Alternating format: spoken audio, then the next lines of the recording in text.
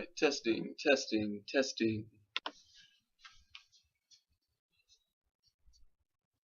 Alright, I'm here today to talk to you all about some of the different arguments for God's existence. I'm talking about this topic because I believe it's valuable both for people in the religious circles and even people who are atheists to know about some of the arguments for God's existence. This is because for many people this is one of the most important decisions you can make in your life. So it's good to be well informed about it.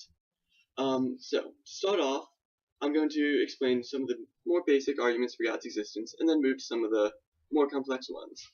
The first one I'm going to cover is the Kalam argument for God's existence. This one follows just a few basic premises followed up with the conclusion. The way it works is as follows. The universe is said to have had a beginning. We can see this through the Big Bang, so we have modern science backing us up, along with just some common sense. And then, anything that has had a cause, anything that exists, has a cause. We can see that through the law of cause and effect, and once again, through common sense. So the natural conclusion to that is then, the universe has had a cause to its existence. Now there are two ways you can go from there. You can either posit that it was God who created this universe, or perhaps some higher dimension from which this universe spawned. The latter is what atheists choose to go with. The former is what religious people tend to go with.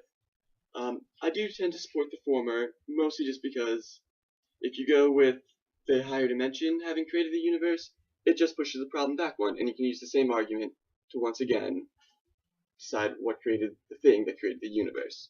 So that does tend to support an existence for God.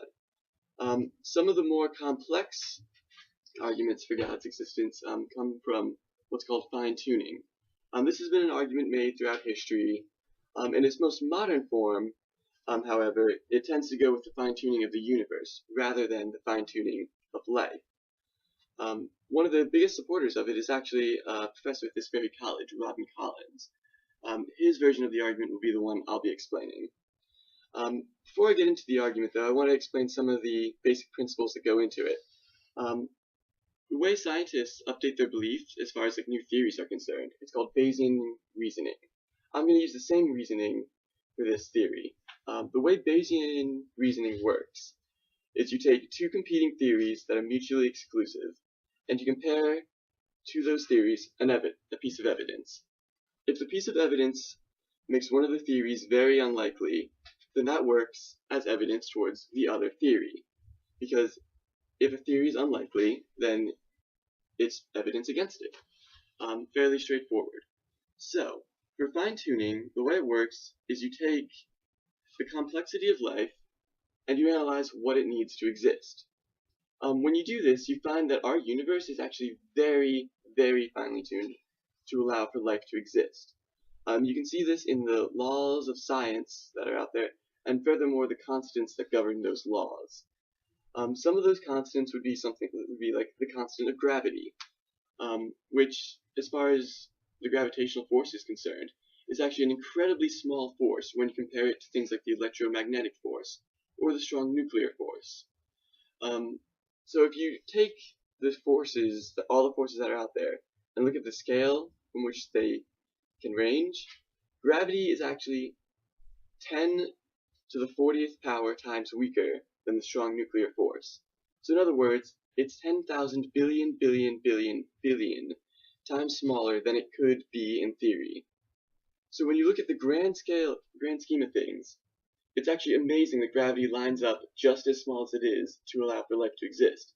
Because if gravity was even a tiny bit stronger in the scheme of where it could lie, then life would not even be possible because we would all be crushed in any planet even close to the size of Earth. So, given that it's incredibly unlikely that life could exist, just given random chance in this universe, then it seems to indicate that we have an evidence for God's existence. And that is the argument many will make. However, there are many counter-arguments for this, and then responses to those too, such as the multiverse hypothesis. This hypothesis comes from quantum physics due to some rather complex issues that I probably don't have enough time to cover in this speech.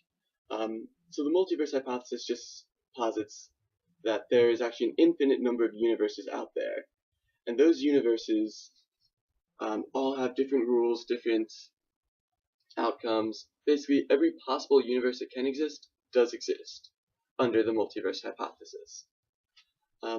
So that actually works as a fairly effective counter-argument to the fine-tuning, because there's, well, an infinite number of universes for this to happen. So no matter how small, the chance of this universe happening, if there's an infinite universes, then it will have happened.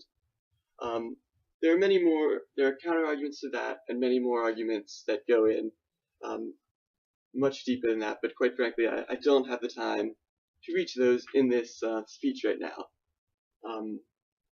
But I hope I gave you a cursory idea of some of the more important and more relevant arguments for God's existence.